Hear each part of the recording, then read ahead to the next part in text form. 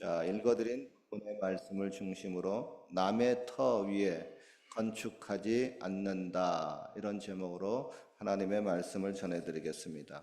이단들의 특징 중에 하나는 불신자들을 전도하는 것보다 교회에 잘 다니고 있는 기존의 신자들을 전도하려고 합니다. 아니, 이거는 전도라고 하는 표현보다도 포섭이나 미혹이라는 단어가 더 잘 어울릴 겁니다.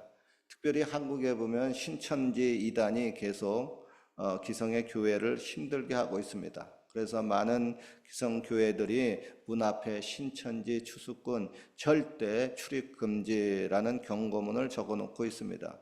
그런데 아무리 그렇게 경고문을 붙여놔도 신천지 추수꾼들이 얼마나 얼굴이 두꺼운지 아랑곳하지 않고 계속 교회에 들어옵니다.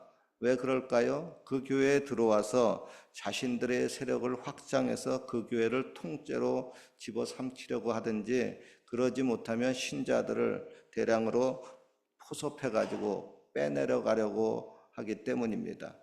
이런 비열한 그 행동에 대해서 제가 알고 있는 어느 한 그 연세가 많이 드신 남성 집사님이 있었는데, 그분이 그 신천지에 대해서 대단히 그 화가 났습니다.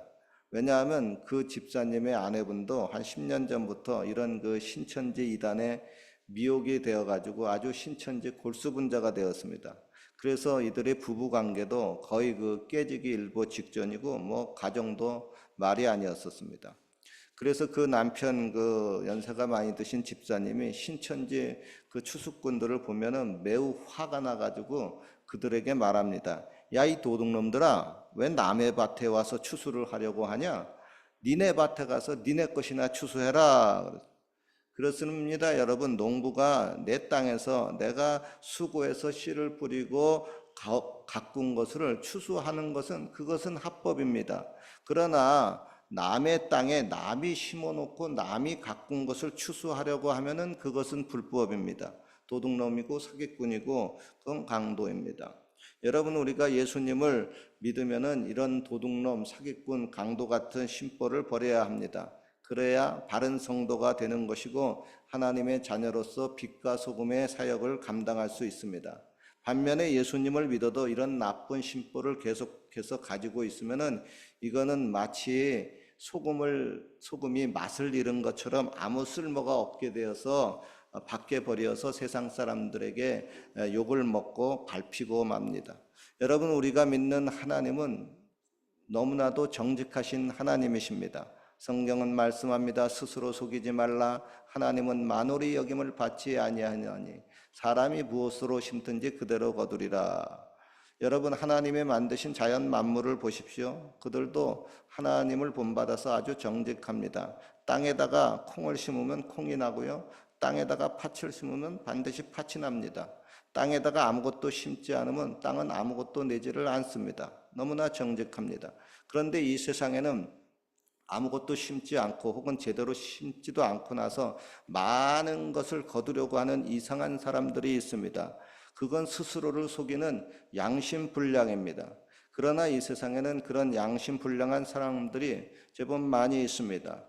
이전에 한국의 TV 프로그램 중에 미녀들의 수다라는 프로그램이 있습니다. 거기에 보면 세계 각국의 그 미녀들이 나와서 한국말로 수다를 떱니다.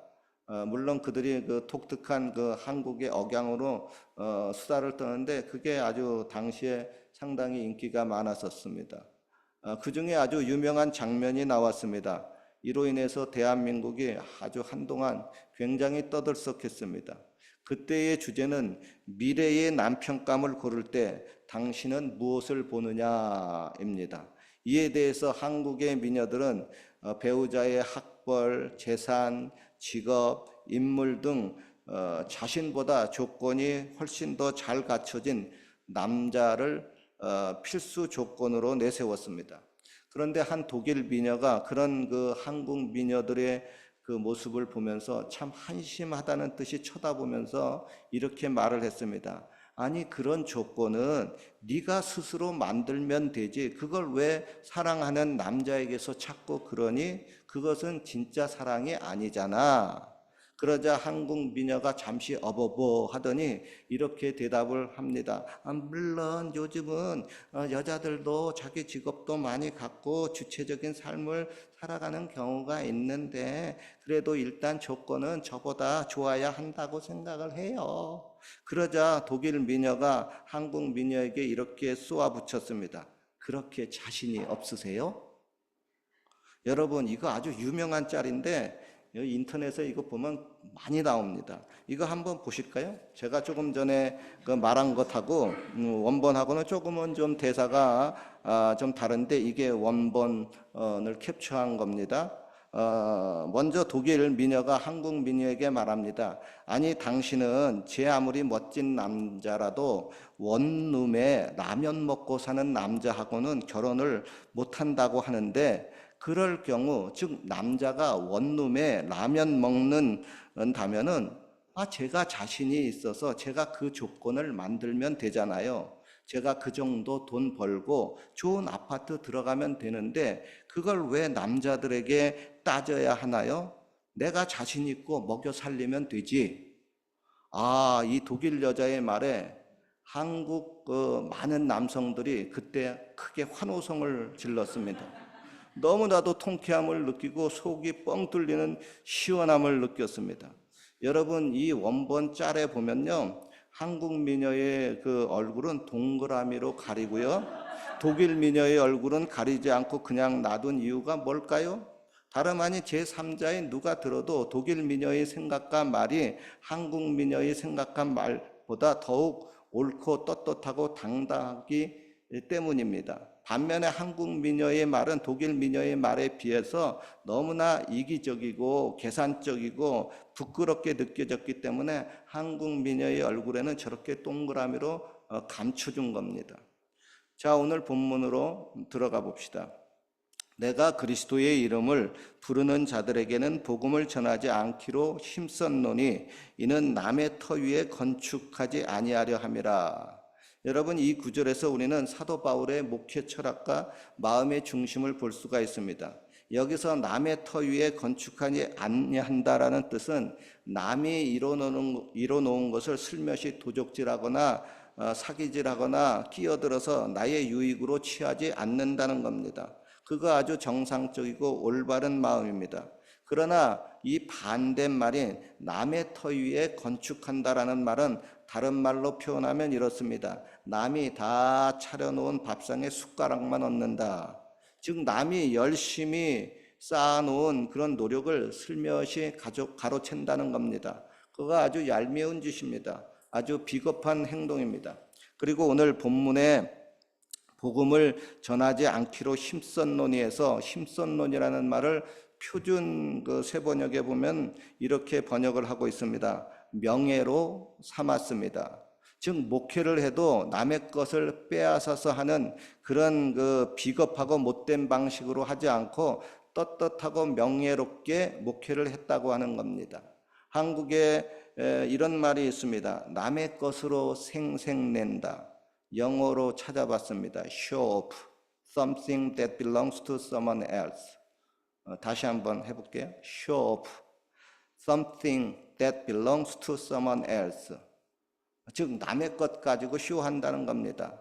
여러분, 이런 사람들 우리 주위에도 좀 있지 않습니까? 그거요 보기 안 좋습니다. 정직하지 못한 마인드입니다. 아니, 왜 남의 것을 가지고 자기가 인심을 쓰고 자기가 생색을 냅니까? 자기 것 가지고 하면 되잖아요. 남의 것은 안 아깝고 자기 것은 아까워서 그러는 겁니까?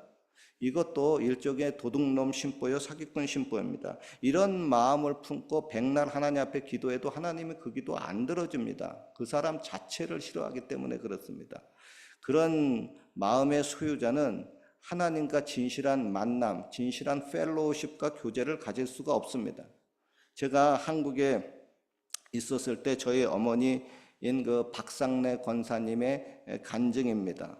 보통 성인 교구 연합 예배를 한 달에 한 번 어느 가정에서 드리게 됩니다. 이때 그 교구 연합 예배는 그래도 사람들이 한 100여 명 모이기 때문에 지평수가 어느 정도 좀 커야 되고, 또 예배 후에 참석하신 모든 분들 뭐 떡이라도 하나 드려야 되고, 또 담당 또 목사님과 권사님, 조상님들은 또 예배 마친 후에 그 집에서 식사를 하기 때문에 식사가 차리는 돈도 그렇고 꽤 돈이 들어가게 됩니다.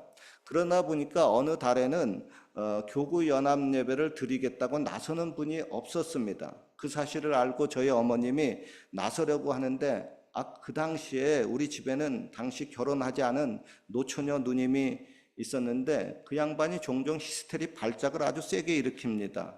그 발작이 얼마나 센지 한 번은 우리 집에서 교구 연합 예배를 여름에 드리고 있었는데, 2층에서 아래층을 향해서 선풍기를 냅다 집어 던져가지고 와장창 깨트려 버렸습니다. 그리고 뭐 차려놓은 음식도 이거 뭐야 하고 막 팽개쳐 버리고 막 울고불고 난리가 났습니다. 왜 자기 프라이버시 침해하고 와 자기 방에까지 들어와서 예배를 드리냐 하고 막 난리가 났습니다. 그래서 당시 교구 그 목사님이 예배 후에 우리 집에서 그 차린 음식으로 같이 여러분들하고 식사를 해야 되는데, 그날 누님이 그렇게 난리를 치는 통에 집에서 식사를 하지 못하고 황급히 도망을 갔습니다. 그래가지고 밖에서 식사를 대접하게 되었습니다. 자, 이 사건으로 인해 가지고 저희 누님이 그 동네에서 아주 소문이 났습니다. 그래가지고 뭐 시집 중매 하나도 안 들어오더래요.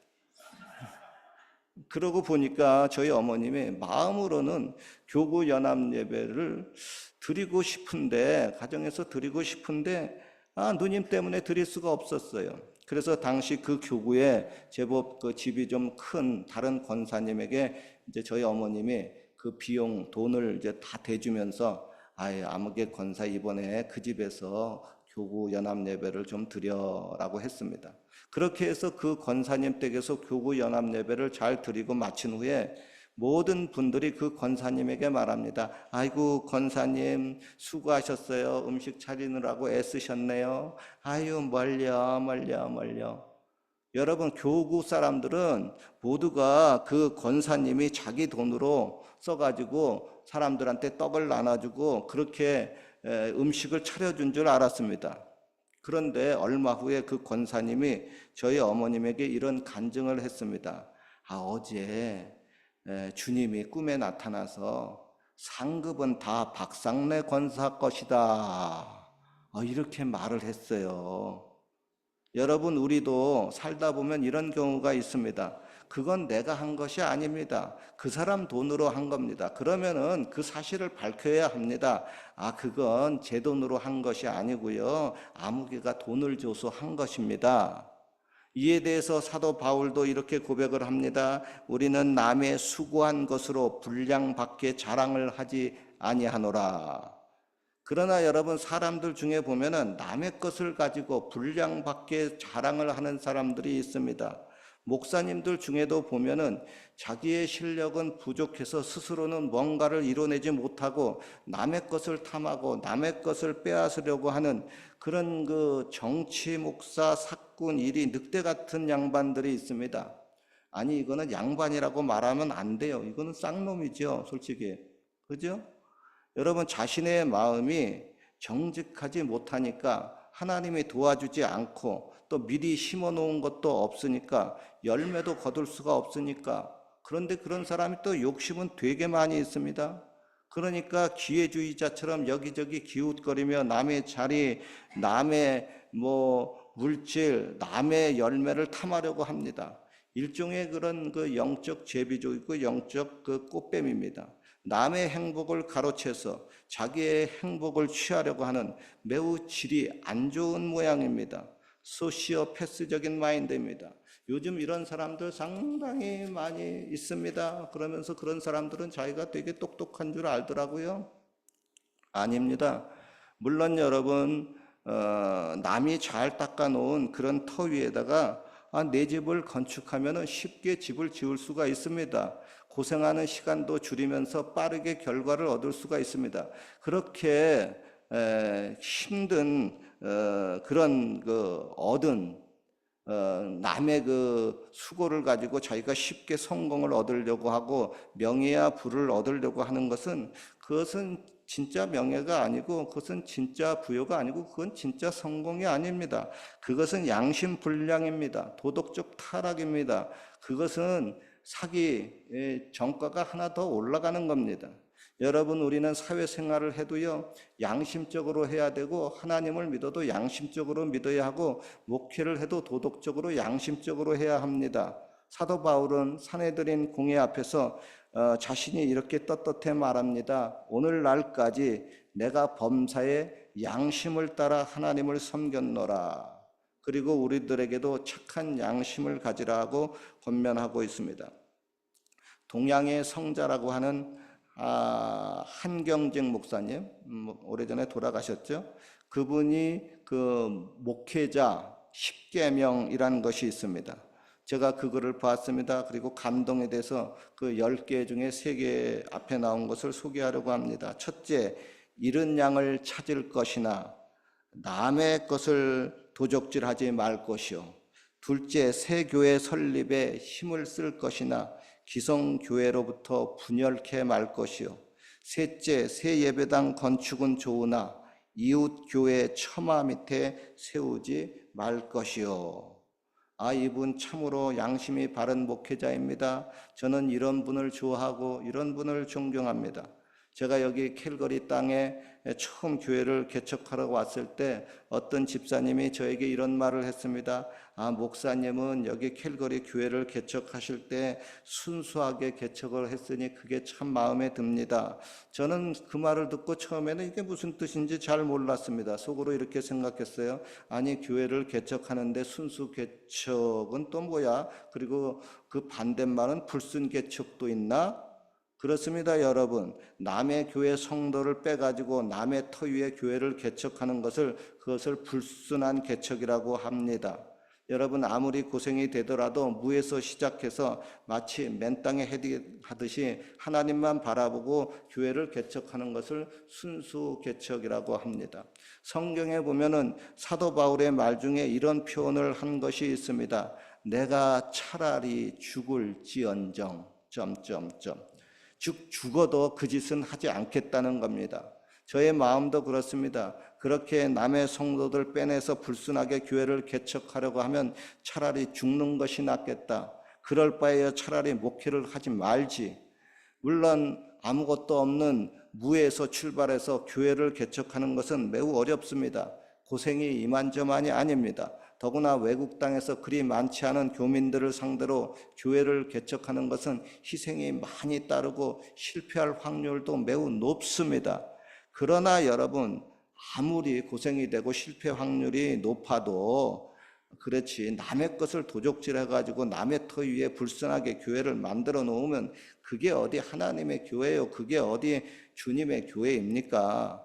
그리고 그렇게 해서 제법 큰 교회를 만들었다고 해도 그게 뭐가 떳떳하고 그가 뭐가 성공이라고 합니까? 사람은 속일지 몰라도 하나님은 절대로 속지 않습니다. 도리어 그런 식으로 인생을 살면은 죽을 때 큰 후회만 하나 더하게 됩니다. 그리고 죽을 때 떳떳하지 못하게 되고 더욱 하나님께 죄송하게 되고 맙니다. 2001년도 MBC 인기 드라마 중에 상도라고 하는 제목의 드라마가 있습니다. 당시 상인, 즉 장사꾼들은 사람들로부터 별로 귀하게 여김을 받지 못했습니다. 상인들은 그 시대의 천민들이었습니다. 그러나 아무리 천민일지라도 상인으로서 지켜야 할 도리와 윤리가 있다고 하는 겁니다. 그래서 그 제목이 상도입니다. 오늘날로 표현하면 상도도, 즉 기업 윤리가 있어야 합니다. 아무리 당장 내 이익이 절실하게 필요하고 다급할지라도 적어도 우리는 하나님의 자녀로서 양심상 꺼리끼는 일을 해서는 안 됩니다. 차라리 죽을지언정 같이 한번 따라해 봅시다. 차라리 내가 죽을지언정